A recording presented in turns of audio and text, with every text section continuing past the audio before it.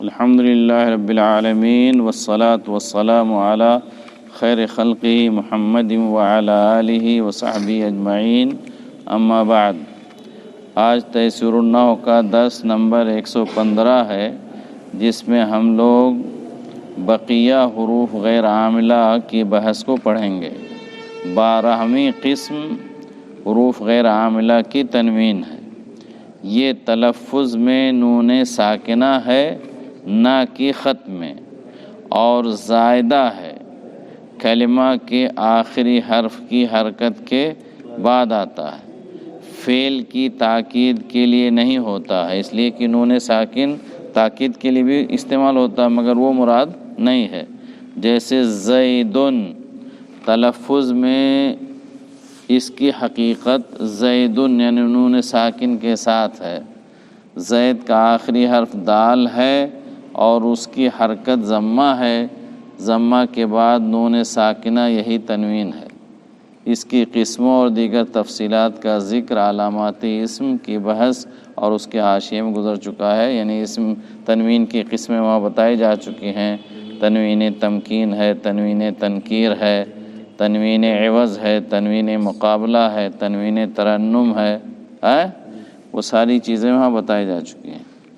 اور 13ویں قسم نون تاکید، حروف غیر عاملہ کی 13ویں قسم نون تاکید ہے۔ یہ ایسا نون ہے جسے امر اور مضارع جبکہ اس میں طلب کا معنی ہو کی تاکید کے لیے وضع کیا گیا ہے، جیسے افعلن لیفعلن۔ بقیہ تفصیلات فی المضارع کے مبنی ہونے کے بحث میں گزر چکی ہیں، اور وہاں بتایا گیا ہے کہ 5 صیغے ایسے ہیں کہ جن میں نون تاکید جب مباشرتاً مل جاتی ہے تو وہ فعل مضارع کا وہ صیغہ بھی مبنی ہو جاتا ہے، لیکن اگر مباشرتاً نہ ملے تو مبنی نہیں ہوتا، اور بقیہ اور تفصیلات بھی وہاں بتائی گئی ہیں۔ اور 14ویں قسم لام تاکید ہے، حروف غیر عاملہ کی 14ویں قسم لام تاکید ہے۔ یہ تاکید کا حرف ہے، اس لیے کہ یہ اپنے ما بعد کی تاکید کرتا ہے اور کچھ عمل نہیں کرتا ہے، اور یہ درج ذیل چیزوں پر داخل ہوتا ہے۔ پہلی چیز مبتدا جب خبر سے پہلے ہو، مبتدا جب خبر سے پہلے ہو تو مبتدا پہ وہ لام داخل ہوتا ہے، جیسے لأنتم اشد رہبتاً۔ اور دوسری جگہ خبر جب خبر مبتدا سے پہلے ہو یعنی مقدم ہو، جیسے لزکی خالد۔ تیسری چیز فعل مضارع ہے، جیسے لا یحب اللہ المحسنین۔ اور چوتھی چیز ہے لیسا کو چھوڑ کر، لیسا بھی فعل ماضی جامد ہے، لیکن لیسا کو چھوڑ کر کے اور جو فعل ماضی جامد غیر متصرف ہیں ان پر بھی یہ لام تاکید داخل ہوتا ہے، جیسے لبئس ما کانوا یعملون۔ ٹھیک ہے، اس کے بعد ہے اسالیب نحویہ پڑھنا ہے۔ کلمہ کی تینوں قسموں کو ذکر کرنے کے بعد اب ہم کلام سے متعلق درج ذیل اسالیب نحویہ کو پڑھیں گے۔ ٹھیک ہے، اسلوب شرط، اسلوب قسم، اسلوب مدح و ذم، اسلوب تعجب، اسلوب اختصاص، اسلوب اغراء و تحذیر۔ ان تمام اسالیب کا تعلق کلام سے ہے، کلمہ سے نہیں ہے۔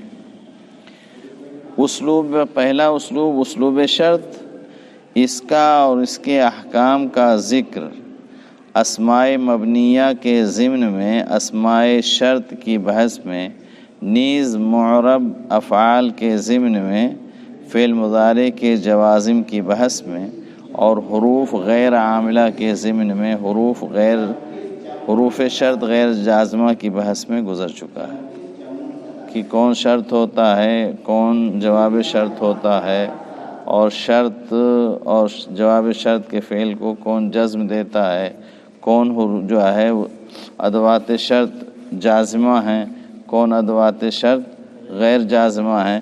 ان ساری کی تفصیل ان بحثوں میں گزر چکی ہے جو اس میں ذکر کیا گیا ہے، لیکن یہ ہے کہ اس میں آپ کو معلوم ہونا چاہیے کہ وہ ایک اسلوب ہے اسالیب میں سے جس کو اسلوب شرط کہتے ہیں۔ دوسرا اسلوب قسم، اسلوب قسم ہے، یہ تاکید کے اسالیب میں سے ہے، یہ 3 چیزوں سے مل کر بنتا ہے۔ اسلوب قسم 3 چیزوں سے مل کر کے بنتا ہے۔ کون کون سی چیز ہوتی ہے؟ ادات قسم، مقسم بھی، جواب قسم، یعنی جس کے ذریعے قسم کھائی جا رہی ہے، جس چیز کی قسم کھائی جا رہی ہے، اور قسم کا جواب کیا ہے، یہ 3 چیزیں اس اسلوب میں ضروری ہوتی ہیں۔ جیسے واللہ لن یضیع حقنا، واللہ لن یضیع حقنا، واو ادات قسم ہے، واو حرف جر ہے جو قسم کا معنی دے رہا ہے۔ اللہ،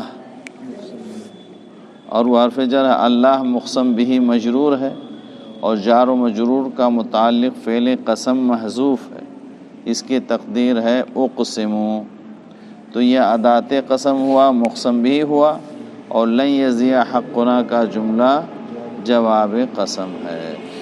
تو اسلوب قسم میں یہ 3 چیزیں ضروری ہیں، ادات قسم، مقسم بھی، اور جواب قسم۔ فعل قسم کہیں ذکر کیا جاتا ہے لیکن بہت کم، اور اکثر و بیشتر فعل قسم کو ذکر نہیں کیا جاتا۔ ادوات قسم کون کون ہیں؟ الواو، الباء، التا، یہ 3 حروف جر ہیں جو قسم کے لیے استعمال ہوتے ہیں، اور یہ سب حروف جر ہیں جن کا ذکر پہلے گزر چکا ہے، کیا جا چکا ہے۔ مقسم بھی عموماً لفظ اللہ یا اس کے صفاتی نام ہوتے ہیں، یعنی اللہ کے نام ہی کی ہم قسم کھا سکتے ہیں، دوسری چیزوں کی قسم ہمارے لیے درست نہیں ہے۔ جواب قسم یا تو جملہ اسمیہ ہوتا ہے یا جملہ فعلیہ ہوتا ہے۔ جواب قسم جب جملہ اسمیہ مثبت ہو، جواب قسم جب جملہ اسمیہ مثبت ہو تو اس کی تاکید انا اور لام کے ذریعہ یا صرف انا کے ذریعے واجب ہوتی ہے، جیسے واللہ ان فاعل الخیر لمحبوب۔ جواب قسم کو بتایا کہ جب جملہ اسمیہ ہو، مثبت ہو، نفی نہ پائی جائے اس میں، تو اس کی تاکید انا اور لام کے ذریعے یا صرف انا کے ذریعے واجب ہے، جیسے واللہ ان فاعل الخیر لمحبوب، تو واللہ یہ قسم ہے، ان فاعل الخیر لمحبوب یہ جواب قسم ہے۔ جواب قسم کیا ہے؟ جملہ اسمیہ ہے، مثبت ہے، اس لیے اس کی تاکید انا اور لام کے ذریعے، دونوں کے ذریعے تاکید لائی گئی ہے۔ یا کہہ سکتے ہو واللہ ان فاعل الخیر محبوب، یعنی انا اور لام دونوں تاکید کے لیے لایا جائے یا صرف انا لایا جائے، دونوں جائز ہے۔ لیکن اگر جواب قسم جملہ اسمیہ ہے، مثبت ہے، تو اس پر تاکید کا حرف ضرور آئے گا، چاہے انا اور لام دونوں آئے، چاہے صرف انا آئے۔ اس کے بعد جواب قسم جب جملہ فعلیہ مثبت ہو، جملہ فعلیہ مثبت ہو اور اس کا فعل ماضی ہو، اس کا فعل ماضی ہو، تو جواب کی تاکید قد اور لام سے یا صرف قد سے لائی جاتی ہے۔ جواب قسم جملہ اسمیہ ہو، مثبت ہو، اور فعل کیا ہو؟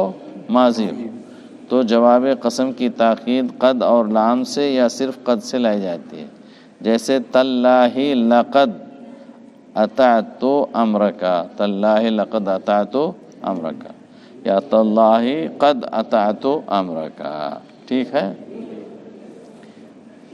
جواب قسم جب جملہ فعلیہ مثبت ہو اور اس کا فعل مضارع ہو، اس کا فعل مضارع جواب قسم کی لام سے ملا ہوا ہو، اور اس کا فعل مضارع جواب قسم کی لام سے ملا ہو تو جواب کی تاکید نون تاکید سے لائی جاتی ہے، جیسے واللہ لأساعدن المحتاج، یعنی گویا جب جملہ فعلیہ جواب قسم جملہ فعلیہ ہو تو اس کی پہلی شق یہ ہے کہ اس کا فعل اگر ماضی ہے تو اس کی تاکید قد اور لام سے دونوں سے یا صرف قد سے ضروری ہے، اور جب جواب قسم جملہ فعلیہ مثبت ہو اور اس کا فعل مضارع جواب قسم کی لام سے ملا ہوا ہو، جواب قسم کی لام سے ملا ہوا ہو، تو ایسی صورت میں جواب کی تاکید نون کے ذریعے لائی جاتی ہے، جیسے واللہ لأساعدن المحتاج، ٹھیک ہے۔ جواب قسم کا جملہ جب منفی ہو، مثبت کی صورت میں تو یہ جملہ اسمیہ کو بتا دیا، جملہ فعلیہ کی دو جو ہے قسمیں بتا دی، اس کے بعد کہہ رہے ہیں کہ اگر جواب قسم کا جملہ منفی ہو تو وہ چاہے جملہ اسمیہ ہو یا فعلیہ ہو اس کی تاکید نہیں لائی جاتی، جیسے واللہ لا نجات الا بالایمان، واللہ لا نجات الا بالایمان، یہاں لا نجات الا بالایمان جملہ اسمیہ ہے لیکن منفی ہے تو تاکید کا کوئی حرف نہیں لایا گیا، نہ ان لایا گیا نہ جو ہے لام لایا گیا، اور واللہ لا یضیع مجہودک، اس میں بھی جواب قسم لا یضیع مجہودک منفی ہے، اس لیے کوئی بھی تاکید نہیں لائے گی، ٹھیک ہے۔ آخری مسئلہ ہے شرط و قسم کا اجتماع، کسی اسلوب میں شرط بھی ہو اور قسم بھی ہو تو وہاں کیا کریں گے؟ ایسا بہت ہوتا ہے کہ ایک ہی ترکیب میں شرط اور قسم دونوں اکٹھا ہو جائیں، ایسی صورت میں ان میں سے جو پہلے ہوگا، شرط اور جواب، شرط اور قسم میں سے جو پہلے ہوگا تو جواب اسی کا ہوگا، جواب اسی کا ہوگا، جیسے ان اتقنت العمل واللہ تنجح، اب ان اتقنت العمل یہ شرط ہے، واللہ یہ قسم ہے، تو شرط اور قسم دونوں اکٹھا ہو گئے، لیکن اس میں سے شرط پہلے ہے نا، اس لیے تنجح جو جواب ہے وہ جواب شرط کا جواب ہوگا، قسم کا جواب نہیں ہوگا، لیکن معنی ادا ہو جائے گا اس کا، لفظاً جواب کس کا ہوگا؟ شرط کا ہوگا۔ یہاں جواب شرط مجزوم ہے اس لیے کہ شرط قسم سے پہلے، وَوَاللَّهِ إِنْ أَتْقَنْتَ الْعَمَلَ لَتَنْجَحَنَّ، اب یہاں دیکھو واللہ قسم پہلے آ گیا، ان اتقنت العمل جو ہے یہ شرط بعد میں ہے، تو جواب کس کے لیے آئے گا؟